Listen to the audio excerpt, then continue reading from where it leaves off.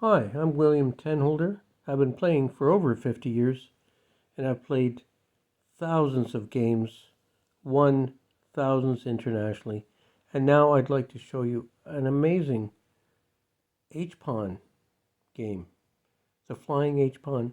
So hold on to your seats because this is going to go pretty quickly, and you'll see how that H-pawn, the white H-pawn is going to be the decider in this game. It's going to be the ultimate. So here we go. Got the game all set up, and we're gonna move along here. So this is already great for white. If you can get your two knights out right off the bat, it's fantastic. You're feeling good. Good development. They bring out a couple of pawns.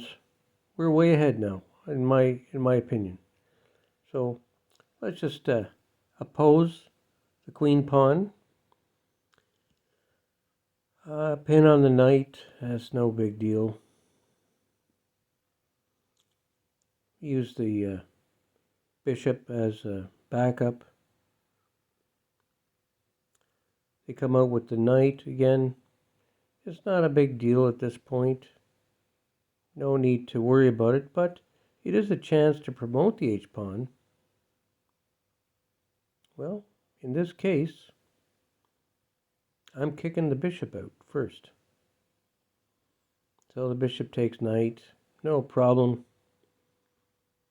Pawn to the center, always take to the center. That's usually your best. You can find some use for your rook out there. Now we move on, and they castle, and now they're feeling like they're ahead. And that's the way it feels, right? You feel like, oh, they castled. And where am I at? So we just go ahead with our attack. Whatever you can attack it. So just going to move along very quickly now. They're going to bring a backup for the knight. That's fine because I have other ideas now in my attack plan. And my attack plan is going to be to consolidate and then attack. And you'll be surprised when you look at this game. You don't know where the attack's coming from. If you're black, what's their attack? Well, watch. Knight comes in.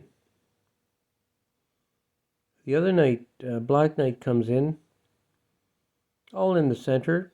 That's where the action is at, right in the center. So now, look at that, the queen attack, and they don't have much response to that. They take the bishop. Queen takes the knight. The knight comes in, and the pawn takes the knight.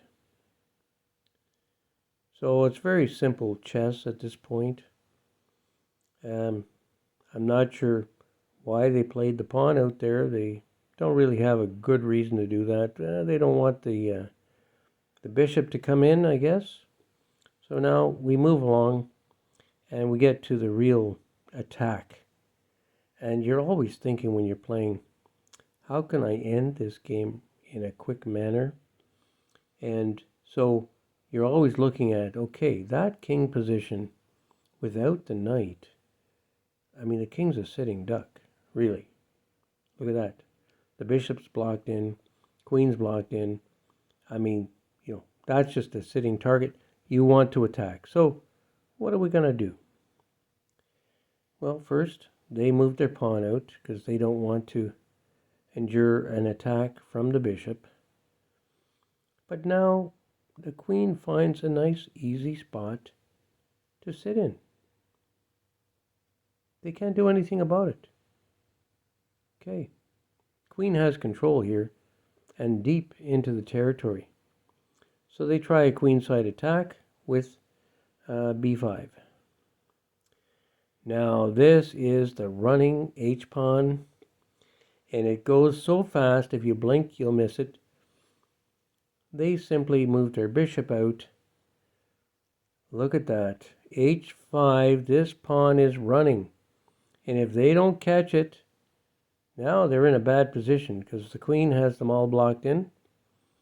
There's really nothing they can do. If they take the pawn, rook takes the pawn.